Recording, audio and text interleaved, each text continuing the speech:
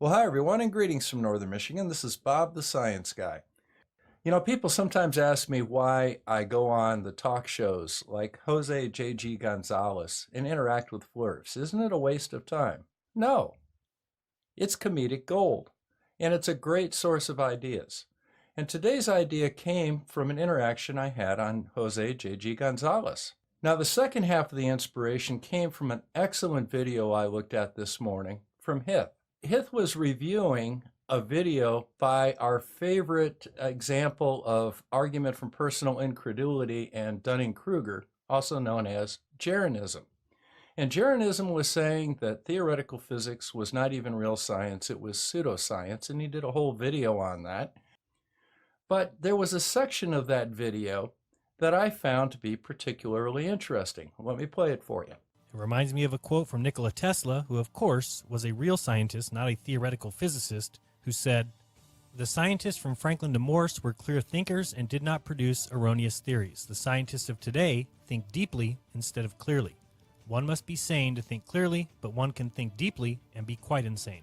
Today's scientists have substituted mathematics for experiments, and they wander off through equation after equation and eventually build a structure which has no relation to reality." Nikola Tesla. Now, in case you didn't notice, that is a very commonly used quote from Nikola Tesla. But the thing that was cool about this one is it finally put the source of the quote in that graphic. It turns out that quote came from an article in Modern Mechanics and Inventions from July of 1934. And you get down here on page 40. There's the article, the original article, the primary source. And I got to thinking about that. I wonder if they've ever even bothered reading this.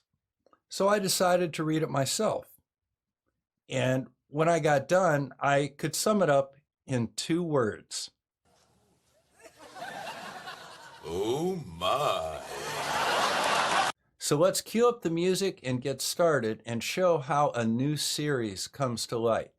So join me in the inaugural episode of Flirts Gone Wild.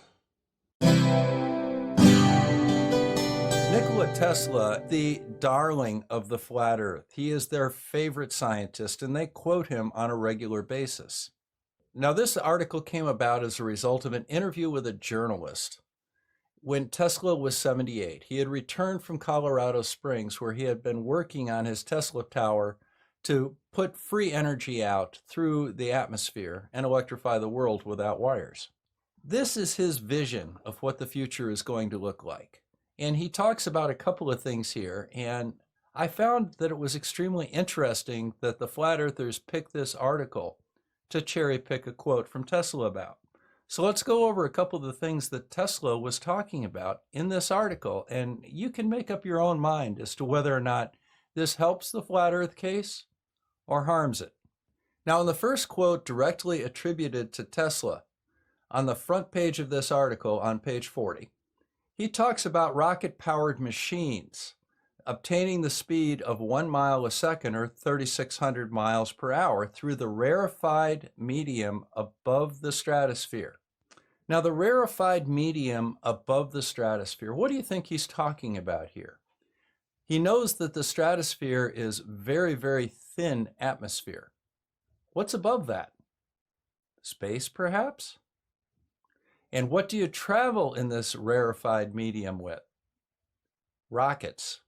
So, this is the first flat earth myth that falls by the wayside from this article that they love quoting. Rockets do work in a vacuum. They do work if there's no air to push against. As a matter of fact, Tesla specifically chose rockets because it would be the only form of propulsion in that type of a medium. Oh boy, we've got a couple of problems here. First of all, in this illustration, Mars is shown to be a planet. Looks like one with an atmosphere. And he talks about using short-wave radio frequencies to be able to communicate between planets.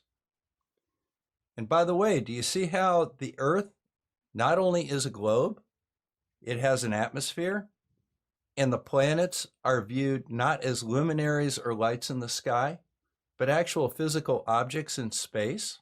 Again, does this help the flat Earth cause or hurt it? Therefore, it should not be hard to establish intelligent exchange of ideas between two planets. The Earth that we inhabit might be the beneficiary.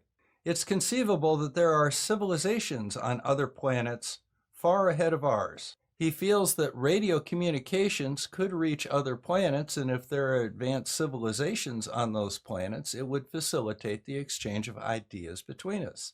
That hardly sounds like he's viewing these other planets as lights or holograms or anything other than what they are, and that is rocky balls in space, much like our Earth. Ruh-roh! What do we have here in the Tesla article? We have a spherical globe, and he calls it a globe, which is a sphere. It's not a flat plane, it's a globe. But more importantly, it is a globe that rotates. Tesla knew not only that the Earth was a globe, he knew that the Earth rotated. He even talks about the idea of launching a satellite or a rocket ship into space and taking advantage of the rotation of the Earth to whiz it around in orbit. Now, does this help your cause, Flat Earth? Or is this Tesla, your favorite scientist, telling you your idea is bollocks? Let's look at the bottom of this page.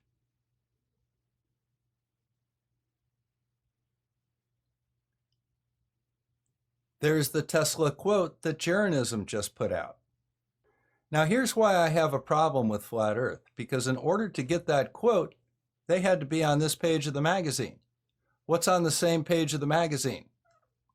A spherical rotating Earth, and Tesla's talking about putting rocket ships in orbit around it.